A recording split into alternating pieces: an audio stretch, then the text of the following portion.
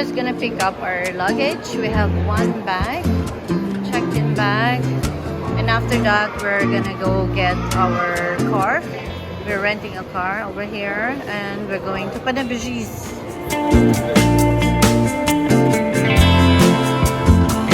This is the airport in Vilnius, the old one. This is an old building, kind of historical. Unlike France. Look all those old buildings. Yeah, look at the ceiling. and Look this at the is the ceiling. Ah, see? So that will be the, but they will not very much change the style because it's old style. But they will Add one. yeah, this is the modern one.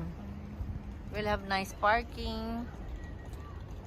The building where you get the car for rent. Or we're going to the entrance. Here. This is the entrance of the building for car rental. You pick up the car here. This is our car. This is what we're gonna be using for our vacation.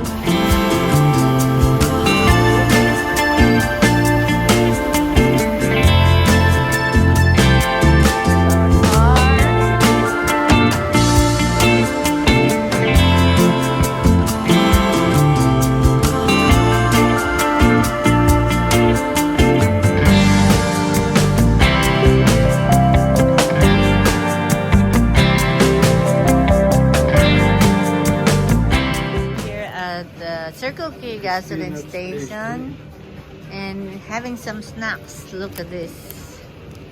How's the price? Good. Very, very, very, very, very cheap. All this, $20.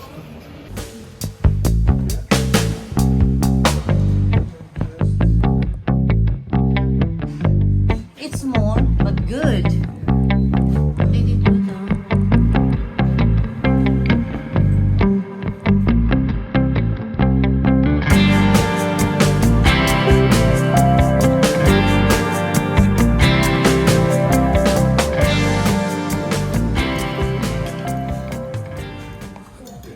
I had cucumber and tomato.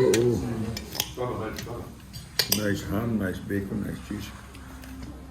Not too typical breakfast for hotel. You know, in America, I don't remember that breakfast.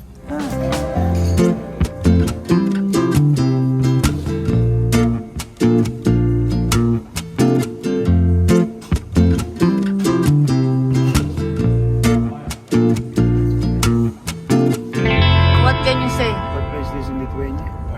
Panevėžys. You're now in Panevėžys. What can you say? This is a clean country, Lithuania. If I didn't see Lithuania before, but I can say it's very clean.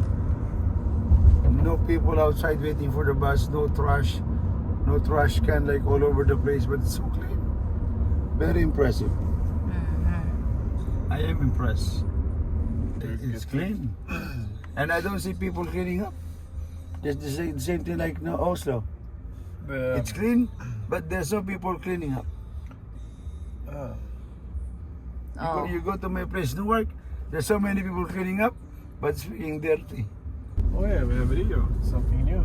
Or something I haven't seen that before. But they're 2 blocks away. Oh yeah, you come to Shilutė. Shilutė is even a smaller town, like half of it. No. This I knew Babylonas. That's famous from long time ago. What's that Babylonas? It's like used to be like eating food. Oh, okay. A restaurant. Yeah, but now we build something on the side, expanding.